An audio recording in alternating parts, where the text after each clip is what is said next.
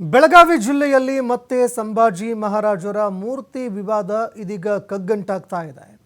BJP ಶಾಸಕ Abhay Patil versus Satish Jarkiholi ನಡುವೆ ಈ ವಿಚಾರಕ್ಕೆ ಸಂಬಂಧಪಟ್ಟಂತೆ ಈಗ ಫೈಟ್ ಆರಂಭ ಆಗಿದೆ. ಸಂಭಾಜಿ ಮೂರ್ತಿ ಲೋಕಾರ್ಪಣೆ ಅನುಮತಿ ನಿರಾಕರಿಸಿದಂತಹ ಜಿಲ್ಲಾಡಳಿತದ ವಿರುದ್ಧ ಆಕ್ರೋಶ ಕೂಡ ವ್ಯಕ್ತವಾಗ್ತಾ ಇದೆ. ಇವತ್ತು ಲೋಕಾರ್ಪಣೆ ಮಾಡೋದಕ್ಕೆ ಶಾಸಕ ಅಭಯ್ ಪಾಟೀಲ್ ನಿರ್ಧಾರ ಮಾಡಿದ್ರು. ಬೆಳಗಾವಿಯ ಅನಗೋಳದಲ್ಲಿ ಸಂಭಾಜಿ ಮಹಾರಾಜರ ಮೂರ್ತಿಯನ್ನ ಪ್ರತಿಷ್ಠಾಪನೆ ಮಾಡೋದಕ್ಕೆ ಅಂತ ತೀರ್ಮಾನ ಮಾಡಲಾಗಿತ್ತು. ಸಂಭಾಜಿ ಮಹಾರಾಜರ ಮೂರ್ತಿ ಪ್ರತಿಷ್ಠಾಪನೆ ಕೂಡ ಮಾಡಲಾಯಿತು. ಆದರೆ ಲೋಕಾರ್ಪಣೆ ಮಾಡೋದಕ್ಕೆ ಅಂತ ಇವತ್ತು ಪ್ಲಾನ್ ಮಾಡಿಕೊಂಡಿದ್ರು. ಇದಕ್ಕೆ ಅವಕಾಶ ಸಿಗಲಿಲ್ಲ. ಸ್ಥಳಕ್ಕೆ DC Mohammed Roshan, police commissioner Yada Martin ಅವರು ಭೇಟಿ ಕೊಟ್ಟರು. ಸರ್ಕಾರಿ ಕಾರ್ಯಕ್ರಮ ಅದ್ದೂರಿಯಾಗಿ ಮಾಡೋದಾಗಿ ಜಿಲ್ಲಾಡಳಿತ ಭರವಸೆ ಕೂಡ ಕೊಡುತ್ತೆ.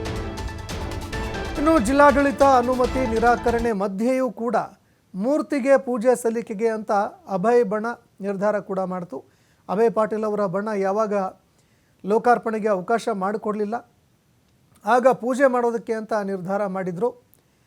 ಸ್ಥಳದಲ್ಲಿ ಬಿಗಿ ಪೊಲೀಸ್ ಭದ್ರತೆಯನ್ನು ನಿಯೋಜನೆ ಕೂಡ ಮಾಡಲಾಗಿದೆ. ಯಾವಾಗ ಇಲ್ಲಿ ಪೂಜೆ ಮಾಡೋದಕ್ಕೆ ಅಂತ ನಿರ್ಧಾರ ಮಾಡಲಾಯಿತು, ಅದಕ್ಕೂ ಕೂಡ ವಿಘ್ನ ಎದುರಾಗಿದೆ. ಹೀಗಾಗಿ ಸಂಭಾಜಿ ಮಹಾರಾಜರ ಮೂರ್ತಿ ವಿಚಾರಕ್ಕೆ ಸಂಬಂಧಪಟ್ಟಂತೆ ಸಚಿವ ಸತೀಶ್ ಜಾರಕಿಹೊಳಿ, ಅಭಯ್ ಪಾಟೀಲ್ ನಡುವೆ ಇದೀಗ ವಾರ ಶುರುವಾಗಿದೆ. ಒಂದೆಡೆ ಇದನ್ನು ಅನಾವರಣ ಮಾಡುವಂತಹ ವಿಚಾರಕ್ಕೆ ಸಂಬಂಧಪಟ್ಟಂತೆ ಜಟಾಪಟಿ ಆರಂಭ ಆಗಿದ್ರೆ, ಮತ್ತೊಂದೆಡೆ ಸಂಭಾಜಿ ಮಹಾರಾಜರ ಈ ಒಂದು ಮೂರ್ತಿ ವಿಚಾರಕ್ಕೆ ಸಂಬಂಧಪಟ್ಟಂತೆ ಕೂಡ ತೀವ್ರವಾಗಿ ಜಟಾಪಟಿ ಆರಂಭ ಆಗಿದೆ. ಇನ್ನು ಇದೇ ಸ್ಥಳದಲ್ಲಿ ಯಾವಾಗ ಲೋಕಾರ್ಪಣೆ ಮಾಡೋದಕ್ಕೆ ಅಂತ ಅಭಯ್ ಪಾಟೀಲ್ ಅವರು ಬರ್ತಾರೆ ಅಂತ ಗೊತ್ತಾಯಿತು. ಸ್ಥಳಕ್ಕೆ ಡಿ ಸಿ ಅವರು, ಕಮಿಷನರ್ ಆಗಿರುವಂತಹ ಯಡಾ ಮಾರ್ಟಿನ್ ಅವರು ಕೂಡ ಭೇಟಿ ಕೊಟ್ಟರು.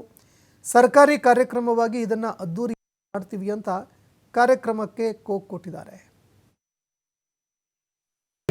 ಸರ್, ಏನು ಡಿಸಿಷನ್ ಮಾಡಿದ್ರಿ? ಈಗ